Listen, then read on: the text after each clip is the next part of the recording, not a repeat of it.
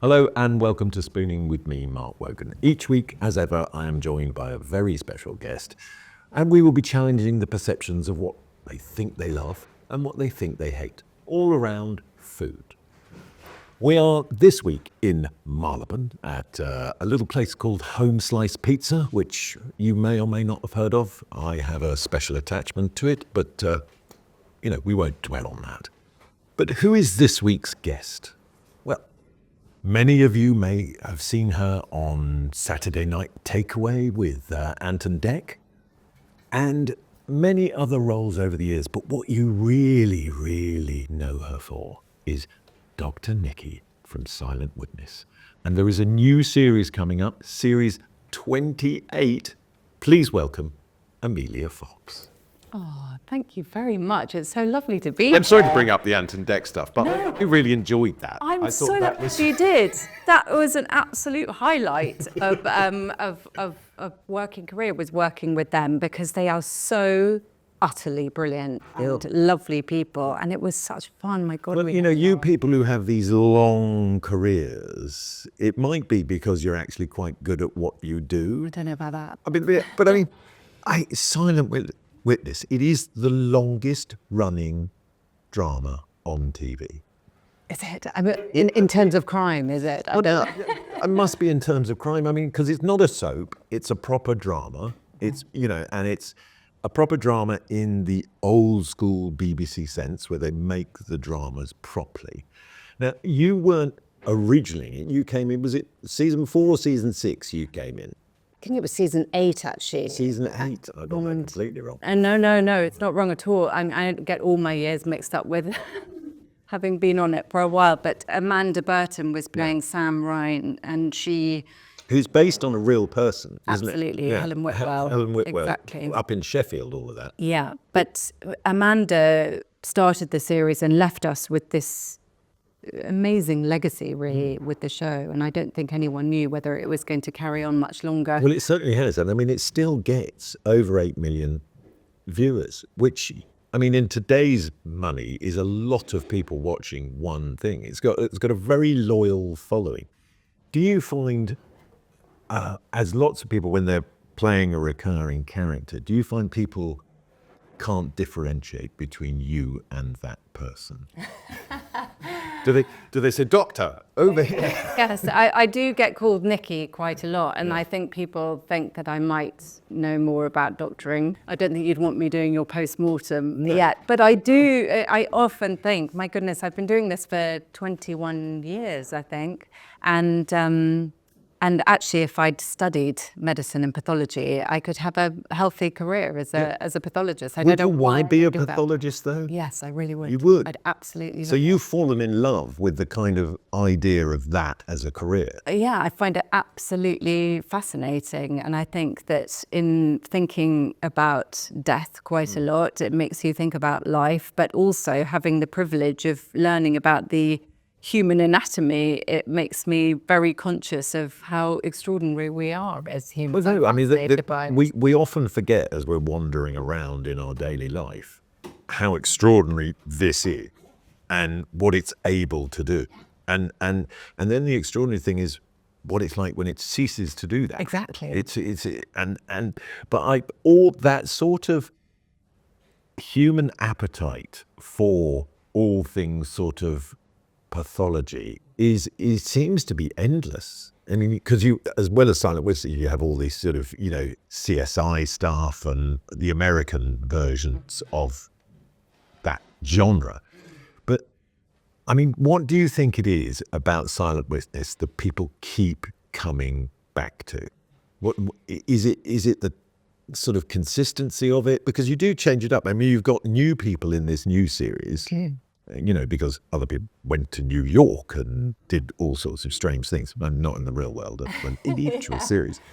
But Maggie Steed and Francesca Mills have joined us for this series, and they are terrific. And it's added a whole new... We've always had great evolutions of the regular cast within the show, and they add a completely different dynamic. Maggie playing Harriet Maven with all her experience as a pathologist, and so my character Nikki is looking up to her. and professionally they work very well together. And then Francesca's come in as Kit, who is a crime analyst who we haven't had in the show. So we bring all her information to her, and she works out the patterns of crimes and links them. So they've had this different dynamic, and there are 3 women of different generations circling David Caves' part, Jack, and because from the very beginning, the series has been carried by a female lead, which in itself in a crime drama was unique at the time. Absolutely. So we know that the general public or the viewing public keep coming back for more and more each year. What keeps you coming back? Well, I have a genuine fascination with a program which is about solving crime. And I think I've always loved the crime genre from when I was little and reading Agatha Christie's and Sherlock Holmes and watching Inspector Morse, and I like the solving of the mystery. And then I was asked to do Silent Witness, which is a dream job if you're interested in that. But I went to 2 postmortems, and real ones? Real ones, which really made me think about the sort of meaning of life. The first one that I saw, I was like, oh, is this what it's all about? The essence of who we are has gone from the body. The second, and that was an older man, and the second one was a younger man, a very untimely death. And I came out of that one feeling completely different and thinking, my goodness, we must seize life and make the most of it, because we never know when that's, how long our lives will be. So I have a real interest in it because it's very thought-provoking, but also it was looking at the real expert pathologists and what they do and finding the clues within the body, what the last few minutes of someone's life has been, or actually even further back, finding out more about their lives, but the clues being within the body and the scientific side of it, what is I find really fascinating.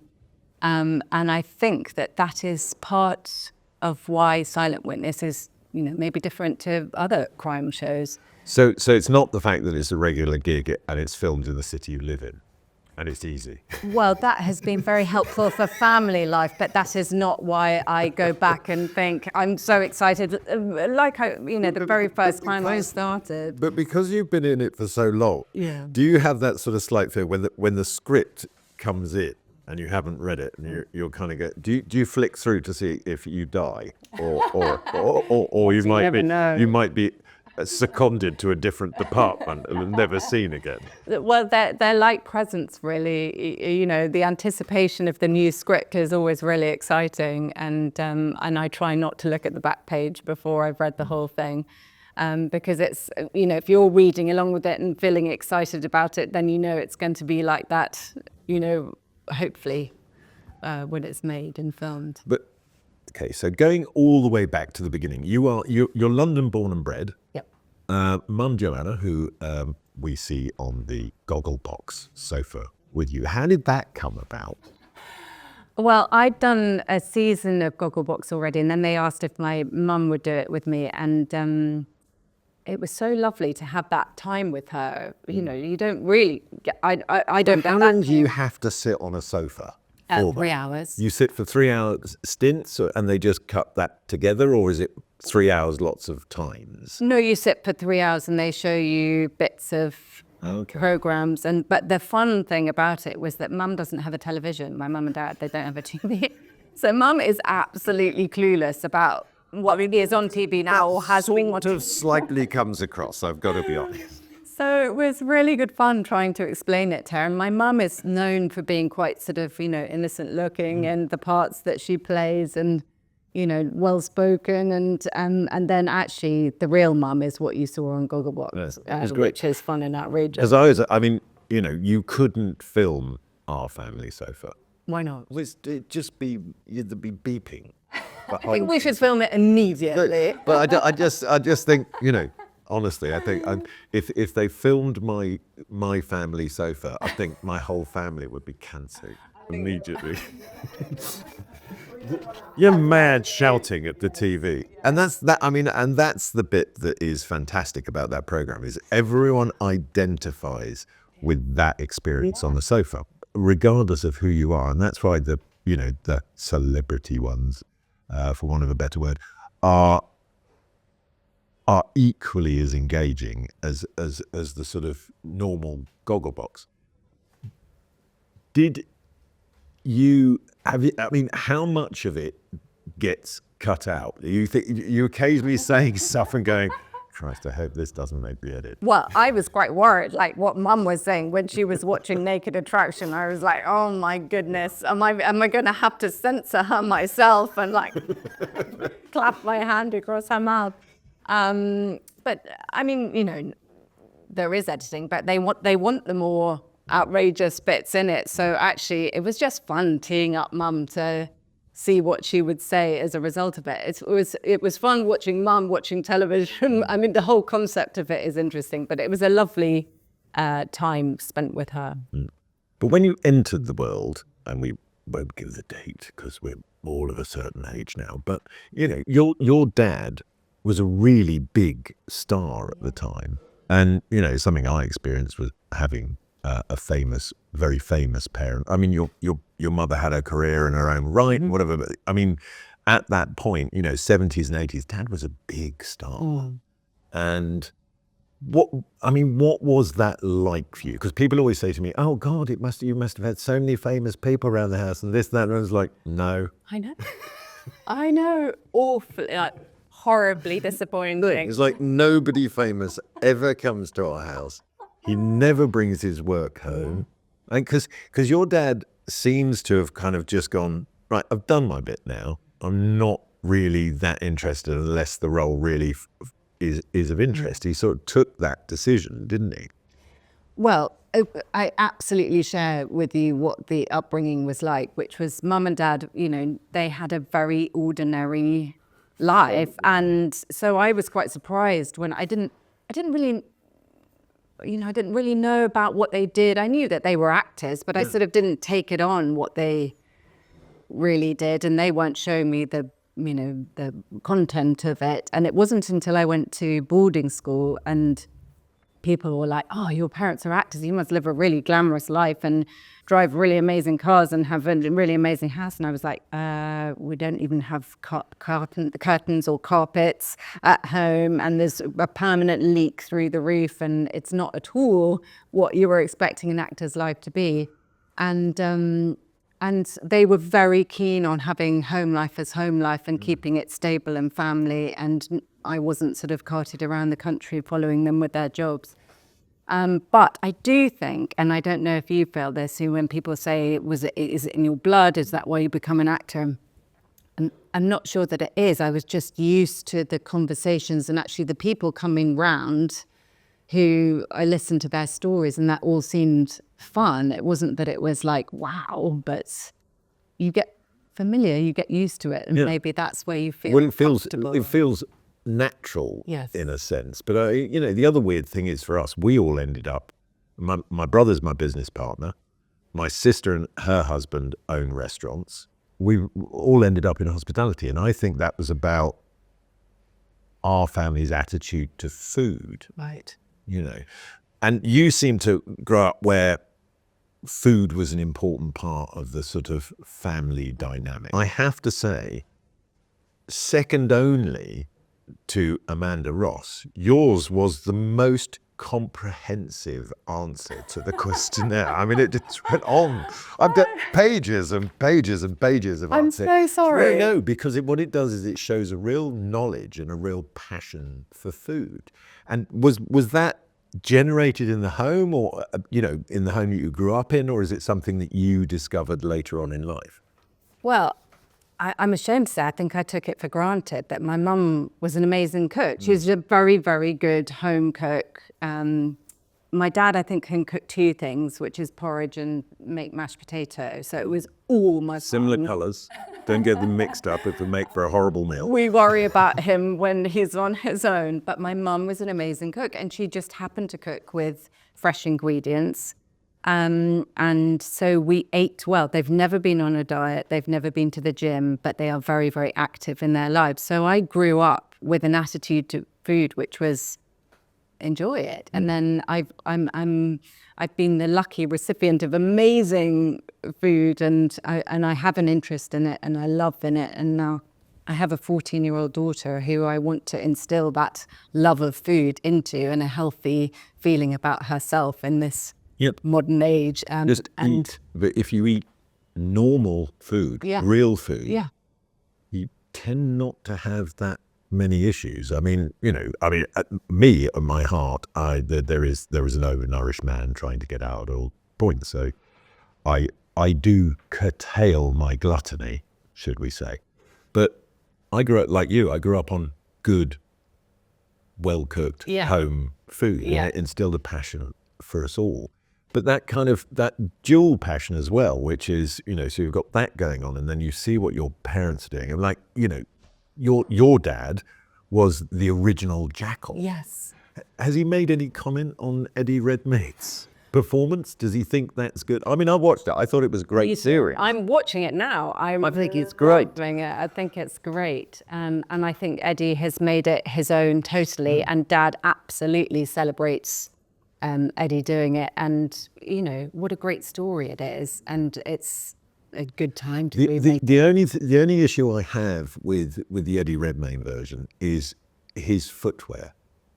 Right? His footwear? Yeah, it's totally inappropriate for the climate this in. He's wearing a Goodyear welted sole and a quite a chocker boot, and he's living in Spain. I love that you've noticed that. I'm going to look. Well, no, at his because the now. wardrobe is good in it. The wardrobe is good, and lovely homages to Dad and what he wore. Absolutely. And Dad has still got his costumes. He's still wearing them. Now, this is a rumour I heard about your father, because when he played Edward, the king, never was, rumour has it he kept the whole wardrobe from that. And he still wears it.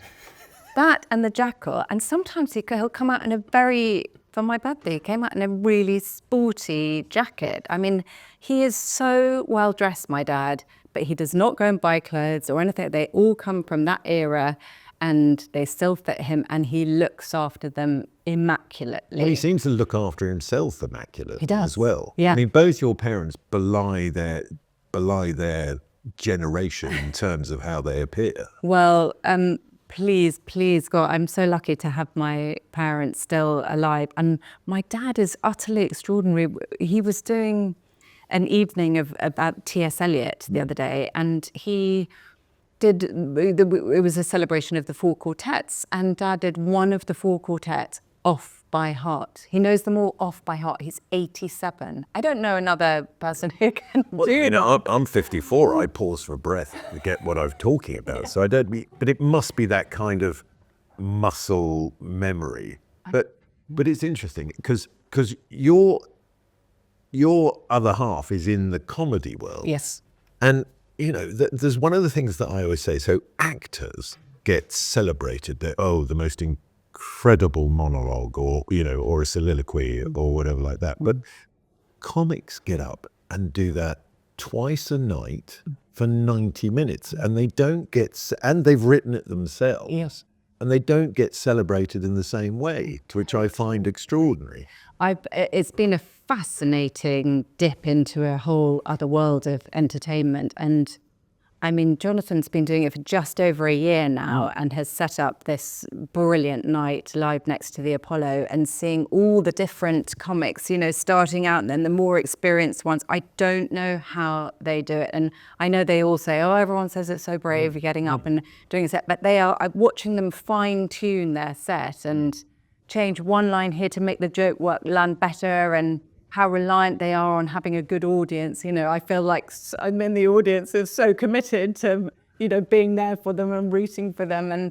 But it's really, really fascinating. And such a skill. And it's all about the motivation with comics. And Jimmy Carr says one of the first questions he always asks a comic is, which one of your parents was ill? Yes, exactly.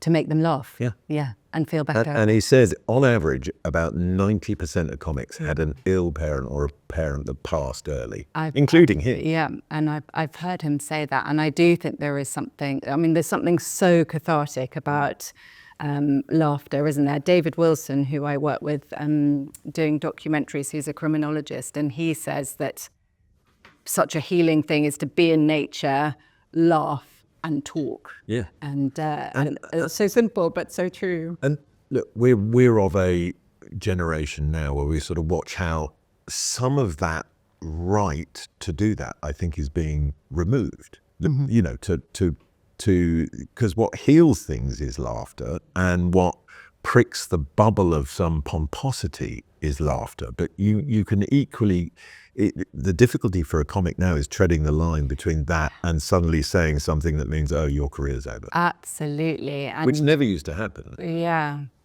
I mean, it's interesting seeing it, how far comics take it, how far they push it, what works with the audience, when you feel the audience withdraw. But as Jonathan says, you know, at the end of the night, he says, we get to talk about things in this room that you might not be able to talk about anywhere else. And also for people to release things through laughter and feelings through laughter. But there is a fine line to tread.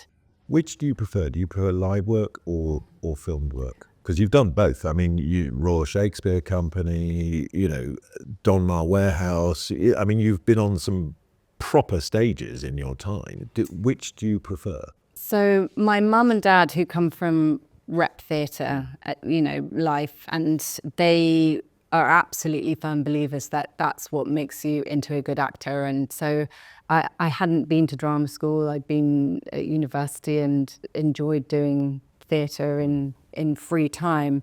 And I think I've always felt that I didn't get that formal training, and that being on the stage would satisfy that, you know, my parents thinking, you know, I was getting some kind of training through the theatre. So I made sure in my early career that I did a play a year, or try to. Listen, it's by luck that you got a part, but it worked out that I could do at least one play a year. And then, I mean, I find it very, very nerve-wracking being on stage, and it's fascinating watching the comics. That chemistry between the performer and the audience is so crucial for the night to work. And I found that very nerve-wracking. Is it the same? Because, I mean, I've stood up in front of audiences and spoken and that kind of thing, and you know when you've engaged with them, Yeah. but you can really feel when they've left you as well. Yeah. Is it the same when you're doing a performance, or is that in your head as an actor, because you've always got the lines and the direction to kind of go to, rather than it being it's that thing of like, some actors, they talk about that moment they felt they lost the audience, or the performance didn't go their way. Oh, you absolutely feel it. But, you know, and that's when I think I've been to mum and dad and said, you know, how do you deal with that? And they say, you know, it's degrees of your own performance, because you've rehearsed it and you've tried to make it the best it can be. And audiences will respond in different ways. They'll even respond, you can sort of almost follow the days of the week, you know.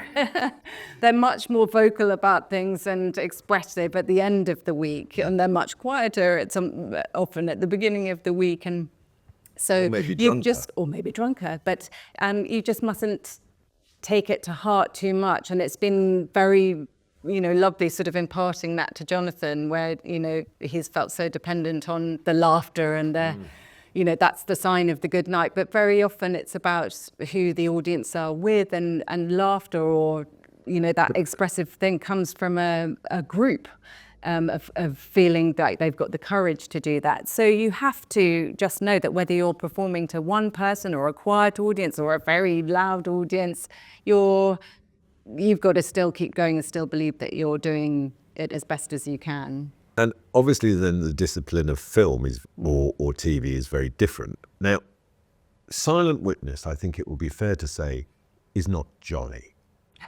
Okay, and it's quite dark. Do you find after filming a series you have to go home and sit under a sun lamp? Because it's all quite dark, isn't it? Yeah. Yes. Well, the subject matter is not jolly. No. Violent crime, absolutely. It's thought-provoking, but it's very jolly working with the people that I work with. And actually, we're encouraged by the experts to have laughter within the show. Is there an because- element of dark humour where you between takes you're waving someone's foot at, a dead person's foot at somebody? So Well, very often it's attached to an actor, so we can't wave it too much.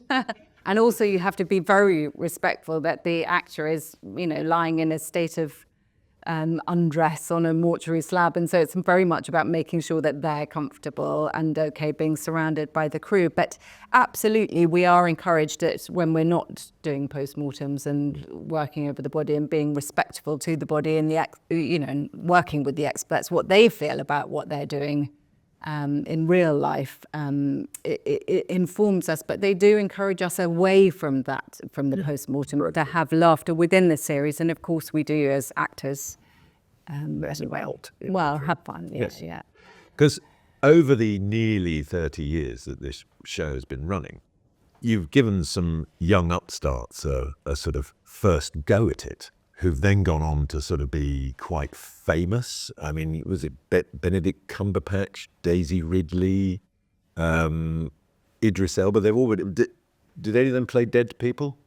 Yes, Daisy, actually, she was on Silent Witness and she was auditioning for Star Wars. She was going off to audition and then went straight on to... Oh, you won't need us. Yes, exactly. And we laugh, actually, that people come through Silent Witness and then we wave them off and say, have a great time in Hollywood. Don't forget about We taught you everything you know. It's very lovely. It's very, It's nice to see people progress and do well. And I think, absolutely. I think that life's too short for professional jealousy. Well, we're always thrilled, and also thrilled when people want to come back and do the show again. Very often people who've done the show during Amanda's time and then come back now, and, there's still a great love for the show and passion for the show. So, and there were great parts for actors in it. They're shot over 5 weeks and their films self-contained within themselves. So it's really about the guest actors and the worlds that they exist within. But I think the key to it as well is, it's retained its quality with the writing, the storylines, and how it's shot. It feels like quality coming out of your screen at you for each season. So, long may that continue. Now, we have to attend to certain aspects of your questionnaire. Nat, you mentioned earlier that you went to school, which is good. It means your parents paid attention. But we had a guest on a while ago who went to the same school as you. Oh, really? And you have the same penchant, which is salt and vinegar crisp. Is it something about your school? Because it was Ben Fogel. Really? Yeah. Ben is a great friend still, there we go. and our children are great friends as well. So we now meet outside the school gates, but as parents. Yeah. Well, we're neighbours, Ben and I. Are you? Yeah, we live down there. But he likes the salt and vinegar crisp. Yeah. That was his. He slightly, I think, favours a posher one. I mean, these are just straight. No, up these are my Walkers. favourite. Now, I do have truck with the fact that they changed the colour of the packet.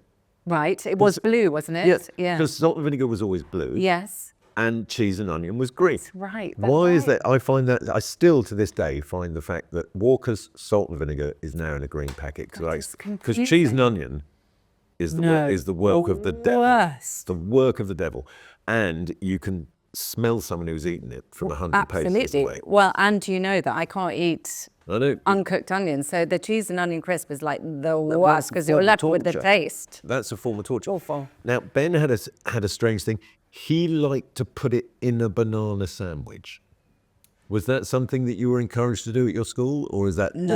freestyling? No, I liked going to the tuck shop and you would get a bap, a white bap, butter, cheese, and then put the salt and vinegar crisps in it, and then the crunch and the softness of it all delicious. Or a frazzle crisp, I have to say. Do you remember a frazzle? I love a frazzle. That was great. I love a frazzle. I love a knick-knack. A knick-knack. Do you remember knick-knack? Yes, I do. Yeah, Yeah. the spicy knick-knacks. They were very good. Yeah. And then, do you remember tubes? They were salt and vinegar tubes. Yeah. And then Yeah. what you used to do is you would get a tube of disgusting Primula cheese. Yeah, And you delicious. squeeze it into the tube, and it would be like a sort of, on the hoof canapé. I love Primula cheese. Do you remember that? I don't like the one with That- ham. No. And you won't want the one with original. chive. I definitely don't want that. But the original Primula, does it even exist anymore? I've not seen it. I've not seen it, but great in a sandwich. Yeah, really, really good. that. But that was a treat because I did not get that at home. Did not have crisps. I didn't have Primula, anything like that. So that was a great treat. Well, all of those things, you know, they just weren't regular. It was like Coca-Cola. Never was allowed that. We would land it Saturdays. Were you? Yeah, Saturday dinner before Saturday night TV. We were all allowed a Coke. Wow. Yeah, but I was living a high life. You were. Now, I have something else for you here to try. Now, you're somebody who appears, and maybe I've got this wrong, to challenge yourself. And you took yourself off to Costa Rica. Well, I was taken to Costa Rica by a Mission Survive Bear Grylls show. And I look back on it now and go, what was I doing? But I think because Rose, my daughter, was little at the time, and I was a single mum, and I was thinking, oh, I've been asked to do this. I love nature. I love a challenge. How to do surviving, and I'll be able to teach Rose how to camp and make fires and cook, and we'll be able to fend for ourselves no matter what situation we're in. It was definitely a survival challenge for sure. Well, I've got something for you here. Do you recognise these? I do. Yeah. They're the mealworms. They're the mealworms. Yeah. I can't tempt you to one of those now? Out of a survival scenario? Are they cooked? Yeah. Well, let's eat them then, shall we? I never thought I'd have to eat these again, but I seem to remember they taste of peanut butter. They are nutty. I mean, they're not bad. I mean, if I tossed a bit more salt on those. What about salt and vinegar? Oh. That would Salt be and nice. vinegar mealworms. Nice. We could put some on a crisp and I make see a it now. mealworm sandwich. Fox's salt and vinegar mealworms. Don't think they're very popular. Oh, Tom Parker Bowles brought out his own, what was it, pork scratchings. Did you? Yeah, and I mean, you know, given your family's dynasty, I think, you know, that could be an interesting. I don't want to get involved with mealworms more than I have to, but thanks for Thanks for reminding me. giving me a second go at the mealworms. But they're all right, aren't they? And I tell you what, Terrible. it is good to know that you can survive by eating things like that. I'm really fascinated by foraging. I wish I knew more about that. So, Oh, I love a good forage. do you? I love a good forage. I was very lucky. So one of the first people that I ever worked with was a gentleman you might be familiar with, Gennaro Contaldo. And he is an incredible forager. So you'll be driving along in a car with him. You could be anywhere. You could be on the A40 and he will go, oh, and just pull the car over and start picking wild leaves out of the thing. You know, it's like, oh, this is some of the best wild garlic you'll find at this time of year next to Staples Corner. Well, you see, I would love that. I'd love to have that knowledge. But we now live in the woods. Right. So you're foraging all the And time. there is a part of my wood where there is a couple of stumps where you regularly get massive chicken of the woods mushrooms, which if you slice those, soak them in olive oil and then just fry them. They're like a kind of steak. They're brilliant. Well, funny you say that because not long ago, my mum had somehow got hold of these mushrooms which had been given to her, foraged, and gave them to my dad on toast. And she went out of the room and came back and found my dad on the floor, lying on the floor. Careful. And she totally freaked out and was like, Edward, what's going on? What's going on? And went to call the ambulance. And then he sat up and he went, gotcha.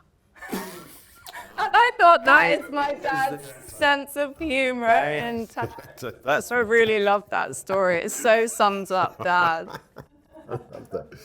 No, but you do have to be careful. There's that story about that guy, the guy who wrote The Horse Whisperer. And he was staying at somebody's house and he went, wild mushroom season, I'm going to go out. And he's a big alpha male who whispers to horses and convinced everybody to eat these mushrooms that he'd picked because he knew what he was doing. I think 9 out of the 10 people got kidney failure. Oh my gosh. So you do have to. that. We are not recommending unguided foraging in any way, shape, or form. But salt and vinegar mealworms, we are ready. Yeah, no, absolutely. Foxes. Thanks so much. Foxes for Christmas. Now, we have come to that time in proceedings where I am going to offer you, hold on, it's down here. I'm going to offer you the Spooning with Mark Wogan blindfold. Lovely, thank you so And you much. need to pop that on because it's time for you to have your first spoon. Are you ready? This is an exercise in trust. I've, eased you into it with some salt and vinegar crisps and some mealworms, but now we get to the real stuff. Okay. Okay, are you ready? Yeah, I am. I like to think that I'll be up for eating anything, but I sort of think I wish I put something that I liked on the things which you asked me that I didn't. Well, we study the questionnaire fully. Here we go. Lean back a little bit. I'm just going to put this in front of you. There we go. And you'll have to trust me because I'm going to feed you. Okay. But we do pay attention and we try and create dishes that we think you will enjoy. So here you go. You ready? Open wide. It can't be anything as bad as a live scorpion, can it? No, it's not. There we go. Now, tell me the flavors, the textures. What are you getting? It's a worryingly still mouth, like there's something horrible going on. No, it's not horrible at all. Okay, it's just, you. It's spicy. Yep. Well, you said you love chilies. I do. You said you love all things spiced. But that's sort of curry-ish Yeah.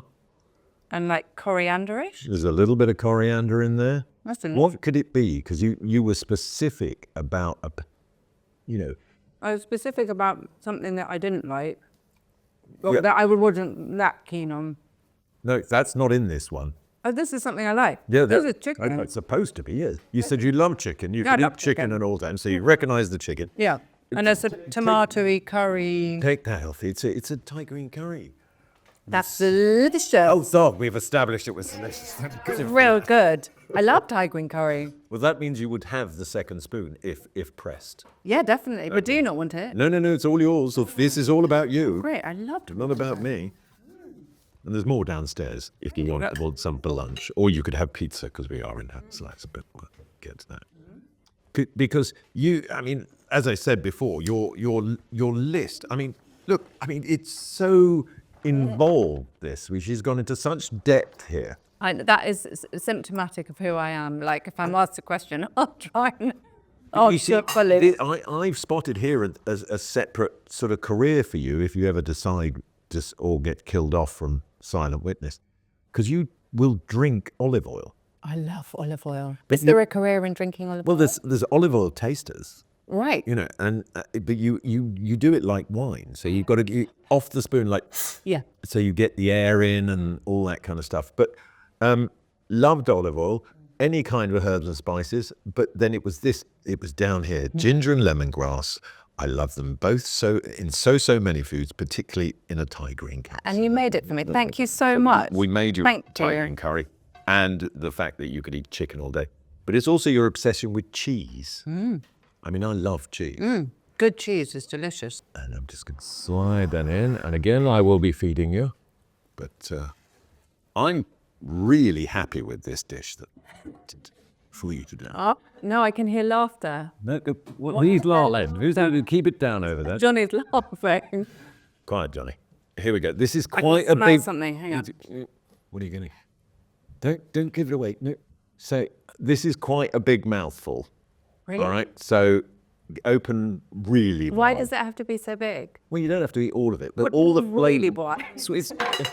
Well, I'm not asking you to eat a tennis ball. Okay. But here we go. Open wide. Here we go. Bit wider. Bit wider. There we go. Right. Now, flavors. Hold on. What? No. Is that not going down right? It's lovely. It's not. There's nothing. I want to swallow it before I can talk about it. Try chewing it. It looks like a. I've got all balls in the back of my throat. I shan't comment. Don't make me laugh. They're crunchy and soft at the same time. Yeah. Is that not a good texture for you? Well, it's a chickpea, isn't it? Sorry about I that. said I don't love chickpeas, so I was expecting them. But you know, what you're good at is spotting things. I mean, I've had top chefs on here that you put really obvious stuff in their mouth and they're like, I don't know what that is. I don't know what the stuff around it was because I was dealing with the 4 chickpeas and because I inhaled them. Well, take the blindfold off. So what I did, take the Oh, blindfold I off. still got something else. Hold on, we'll chew that then. What's that? Oh, You like that? I like that. Yeah. That is like a root vegetable, like a... Yeah. What kind would it be? Well, I want to say it's a beetroot. You'd be absolutely right if you said it was a beetroot. great. Yeah.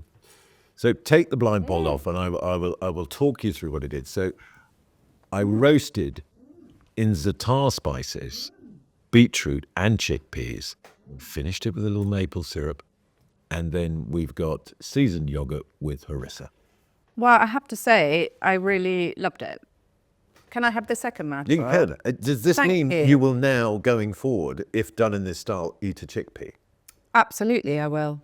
Well, thank you so much for taking part and taking all the spoons and showing what can only be described as a refined palate. Well, thank you so much for having me and for lovely chats and for delicious food and converting me to the chickpea. Good. Well, you can take the salt and vinegar crisps and the mealworms. Oh, great. That's all for this week. Thank you, of course, to Emilia for taking part. And Silent Witness is out now, both on BBC and on the iPlayer, so tune in because it is fantastic. I will, of course, be joined next week by another very special guest who will be taking on the spoons. And if you like what we're doing here, search us out at Spooning with Mark Wogan and you can catch all sorts of reels and clips on social. And this podcast is available wherever you get your podcasts from and on YouTube. Until next week, stay beautiful.